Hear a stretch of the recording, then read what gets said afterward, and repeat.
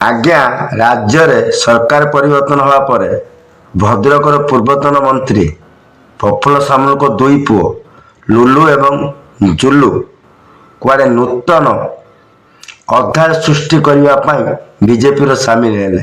ଦେଖନ୍ତୁ କ'ଣ କହୁଛନ୍ତି ଲୁଲୁ। ବହୁତ କିଛି ମିଳିଛି ବିଜେଡିରୁ।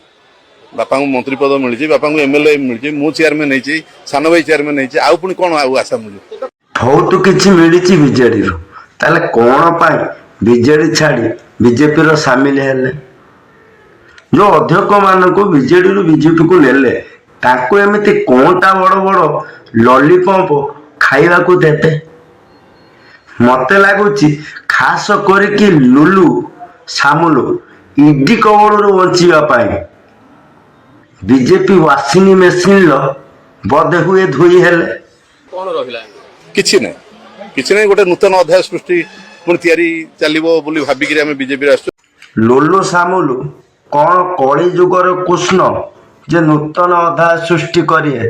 ବହୁତ କିଛି ତ ମିଳିଥିଲା ବିଜେଡିରୁ, ତାହେଲେ କ'ଣ ପାଇଁ ବିଜେଡି ଛାଡ଼ି ବିଜେପିର ସାମିଲ ହେଲେ? ବୋଧ ହୁଏ ଇଡି କବଳରୁ ବଞ୍ଚିବା ପାଇଁ 200 କୋଟି ଟଙ୍କାକୁ ଇଡି କବଳରୁ ବଞ୍ଚେଇବା ପାଇଁ ବିଜେପିର ସାମିଲ ହେଲେ। ଆଉ ଗୋଟେ ଇନିଂସ ଖେଳ ହବ। କୁଆଡ଼େ ଆଉ ଗୋଟେ ଇନିଂସ ଖେଳ ହବ? ବ୍ୟାଟିଂ କରିକି ଦୌଡ଼ି ପାରିବ ତ? ଦୌଡ଼ିକି କ୍ୟାଚ୍ ଧରି ପାରିବ ତ? ଯେତିକି ଲୁଟିକି ଖାଇକି ପେଟକୁ ଫୁଲେଇଛ, ଭଣ୍ଡାରୀ ପୋଖରୀବାସୀ ଆଉ ଥରେ ଖାଇବାକୁ ଦେବେ ଭାବିଛ? ତମେ ଯେତେ ଦଳଡିଆ ହଉଛ ହୁଅ, ଆଉ ଭଣ୍ଡାରୀ ପୋଖରୀ ବ୍ଲକର ବିଜେପି ପାଇଁ ବିଗତ 20 ବର୍ଷ ଧରି ପଞ୍ଚାୟତ ୱାଇଜ ବିଜେପି ନେତାମାନେ ଯେଉଁ ସଂଘର୍ଷ କରି ଆସିଛନ୍ତି, ସେମାନେ କ'ଣ ତମ ଝୁଲା ବୁଆ ହେବେ? ତମ ଝୁଲା ଧରିକି ବୁଲିବେ?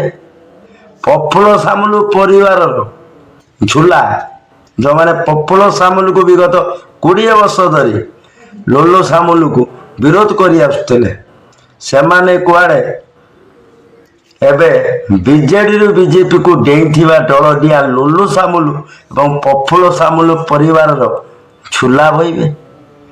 ନା ସେ ଗୋବରା ମାନେ ଲୁଲୁ ସାମୁଲୁ ପାଇଁ ପତାକା ଧରିବେ, ଜିନ୍ଦାବାଦ ପକେଇବେ? ସେଟା କେବେ ଭୁଲି ଯିବେନି ଭଣ୍ଡାରୀ ପୋଖରୀବାସୀ। ଠିକ ପଞ୍ଚାୟତ ଇଲେକ୍ସନ ଟାଇମରେ ଏ ଦଳରୁ ଖାଇକି ସେ ଦଳରୁ ଖାଇକି ପେଟଟାକୁ ଫୁଲେଇବା ଲୋକକୁ ଦେଖିକି ପଛରୁ ଫଲୋ କରିକି ବ୍ୟାଲଟ ପେପର ଫୁଲେଇ ଦେବେ। ତମେ ଏକଥା କାହିଁକି ଭୁଲି ଯାଉଛ? ଭଣ୍ଡାରୀ ପୋଖରୀ ବ୍ଲକରେ ଯେଉଁ ସବୁ ଗୁଡ଼ିକ ପଞ୍ଚାୟତ ଅଛି, ସେ ପଞ୍ଚାୟତ ୱାଇଜ ନିଜ ପକେଟରୁ ଟଙ୍କା ଖର୍ଚ୍ଚ କରି ବିଗତ 15-20 ବର୍ଷ ଧରି ଲୁଲୁ ସାମଲୁ ଜୁଲୁ ସାମଲୁ ବିରୁଦ୍ଧରେ ଲଢ଼େଇ କରି, ପ୍ରଫୁଲ୍ଲ ସାମଲ ପରିବାର ବିରୁଦ୍ଧରେ ଲଢ଼େଇ କରି ଜେଲ୍ ଯାଇ ଯେଉଁ ସବୁ ପଞ୍ଚାୟତ ୱାଇଜ ସଂଗଠନ ବନେଇଥିଲେ, ସେମାନଙ୍କ ସହିତ କ'ଣ ରାଜ୍ୟ ସଭାପତି ପରାମର୍ଶ କରି ଲୁଲୁ ଏବଂ ଜୁଲୁ ସାମଲୁକୁ ଦଳରେ ସାମିଲ କଲେ। ସେମାନଙ୍କ ଭାଗ୍ୟ, ସେଇ ପଞ୍ଚାୟତ ୱାଇଜ ପୁରୁଖା ବିଜେପି ନେତାଙ୍କ ଭାଗ୍ୟ ବର୍ତ୍ତମାନ ନା ପଥର ତଳେ ନା ପତର ତଳେ। ଯେଉଁମାନେ ପ୍ରଫୁଲ୍ଲ ସାମଲ ପରିବାରକୁ ବିରୋଧ କରୁଥିଲେ, ସେମାନେ କ'ଣ ଲୁଲୁ ସାମଲୁ ଜୁଲୁ ସାମଲର ଝୁଲା ବୋହିବେ? ସେମାନେ କ'ଣ ଯେଉଁ ବିଜେପିର ପୁରୁଖା ନେତା ପଞ୍ଚାୟତ ୱାଇଜ ଭଣ୍ଡାରୀ ପୋଖରୀ ବ୍ଲକରେ, ସେମାନେ କ'ଣ ପ୍ରଫୁଲ୍ଲ ସାମଲ ଘରେ ପୁଛା ମାରିବେ?